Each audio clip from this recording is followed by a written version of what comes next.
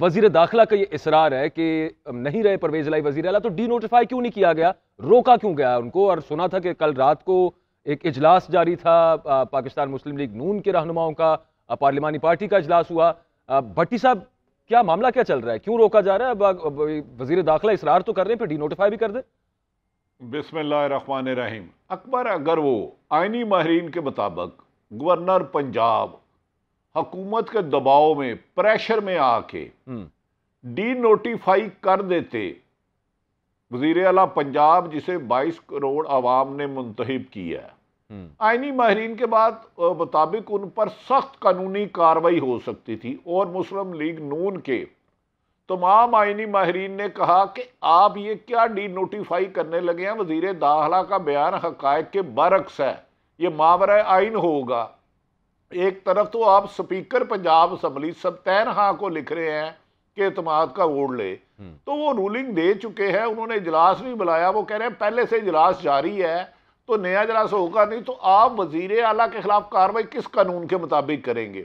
जब इजलास ही नहीं हो रहा, वजीर इजलास होगा तो वजीर आला एतमाद का वोट लेंगे। तो दूसरी तरफ 5-6 घंटे से गवर्नर हाउस में इजलास हो रहा है और कहा जा रहा है कि गवर्नर पंजाब मलीकुर रहमान साहब को दबाव डाला जा रहा है कि दे, लेकिन उन्होंने कह दिया मैं ये गैर आईनी गैर कानूनी काम नहीं करूंगा। अदालतों से फौरी तौर पर हुकूमत के लिए शर्मिंदगी होगी, जिस वजह से राना सनाउल्लाह का दावा धीरे का धीरा रह गया। वो कल कह रहे थे कि 4:15 बजे वजीर आला पंजाब परवेज इलाही नहीं रहेंगे, लेकिन अब से थोड़ी देर पहले उन्होंने पंजाब काबीना की वजीर आला हाउस में बैठ के मीटिंग की। तो लगता है कि वजीर दाखिला को किसी ने मिसगाइड किया और उन्होंने आइन को पसे पर्दा डाल के अपनी ख्वाहिश का इजहार किया कि मैं 12 करोड़ अवाम का नुमाइंदा, जिसे 190 MPA ने वोट देकर मुंतखब किया, उसे एक गवर्नर डी नोटिफाई कानूनन आइन के मुताबिक नहीं कर सकता। तो इसलिए हुकूमत को बहुत बड़ी आज शिकस्त हुई है।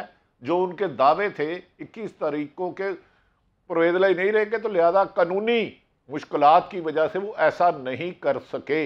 अब इस वजह से अदम एतमाद की तहरीक पेश हो चुकी है, जिसे मेरा ख्याल है 8-10 दिन लगेंगे। तो बज़ाहिर वादी उल नज़र में अब हुकूमत ने खुद 186 बंदे मुस्लिम लीग नून ने पेश करने हैं, तो इनकी तादाद टोटल 180 है।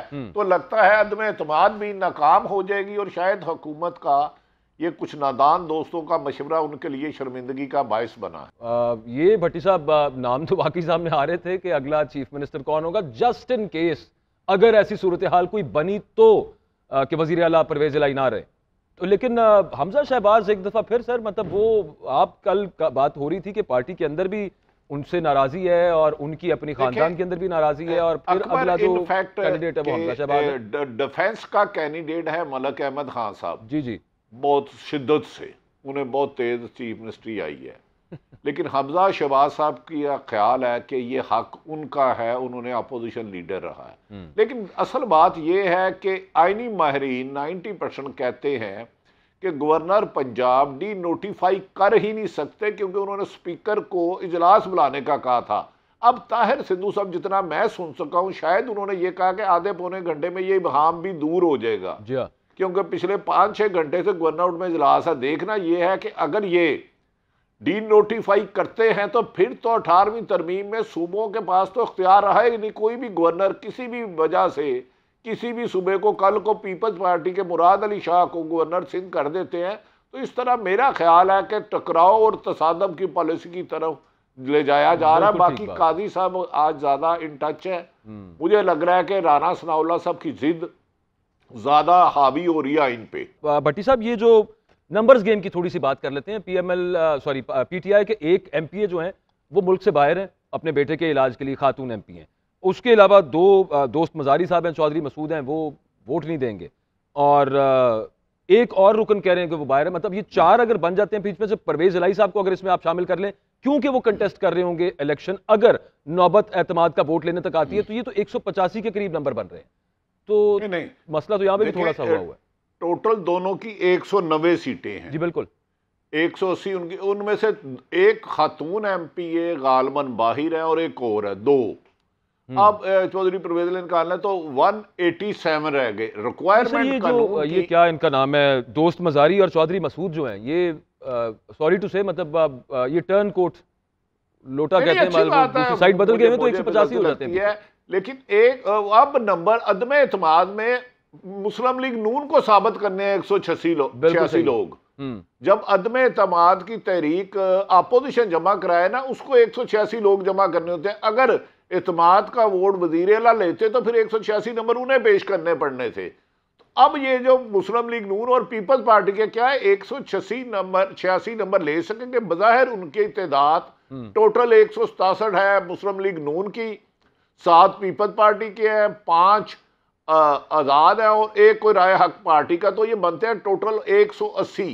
अब जी जी 6 वोट ये कैसे लाएंगे, ये देखना ये है कि अगर पार्टी पॉलिसी के खिलाफ काफ लीग या नून वोट देगी तो उनकी तो वोट ही नहीं अकाउंट होगा। भट्टी साहब, ये अगर अदम एतमाद की तहरीक वापस ले लें और कहें कि अब एतमाद का वोट आप पहले लें, ये तो कर सकता है गवर्नर और पार्टी भी कर सकती है, तो ये उनका आईनी हक है, करते हैं तो करें। इस दौरान अगर वो अदम एतमाद वापस लेते हैं, अगर अदम एतमाद देखें कल असम्बली तहरील क्यों नहीं हो रही कि अदम एतमाद का वोट आ गया, अब हुकूमत वजीर आला पंजाब असम्बली नहीं, अगर वो वापस ले लेते हैं तो इसी दौरान वो असम्बली तहरील करने की रिक्वेजिशन गवर्नर के पास भेज देते हैं, तो ये बड़ा टाइम को थोड़ा सा क्रूशल है। बाज़ाहिर ऐसा लग रहा है कि अब ये जनवरी तक चले जाएगा। अभी स्पीकर सूबाई असम्बली सब्तैन खान साहब भी कह रहे थे कि हम अभी नोटिस करेंगे, यानी कि आज वो नोटिस करेंगे, उसके बाद फिर इजलास होगा, फिर काउंटिंग होगी, तो बज़ाहिर ये काम थोड़ा सा आगे चले गया।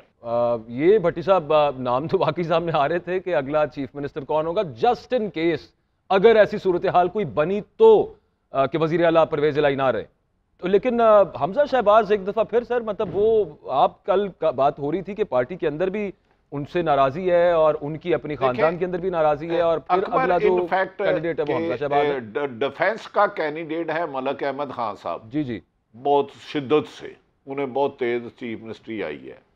लेकिन हमजा शहबाज साहब की ख्याल है कि ये हक उनका है, उन्होंने अपोजिशन लीडर रहा है। लेकिन असल बात यह है कि आईनी माहिरीन 90% कहते हैं कि गवर्नर पंजाब डी नोटिफाई कर ही नहीं सकते, क्योंकि उन्होंने स्पीकर को इजलास बुलाने का कहा था।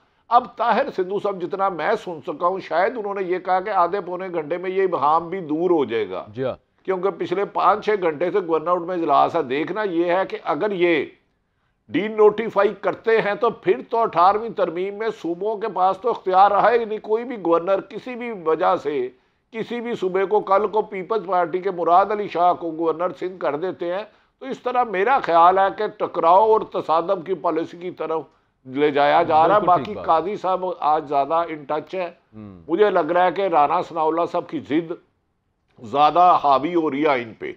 बिल्कुल ठीक।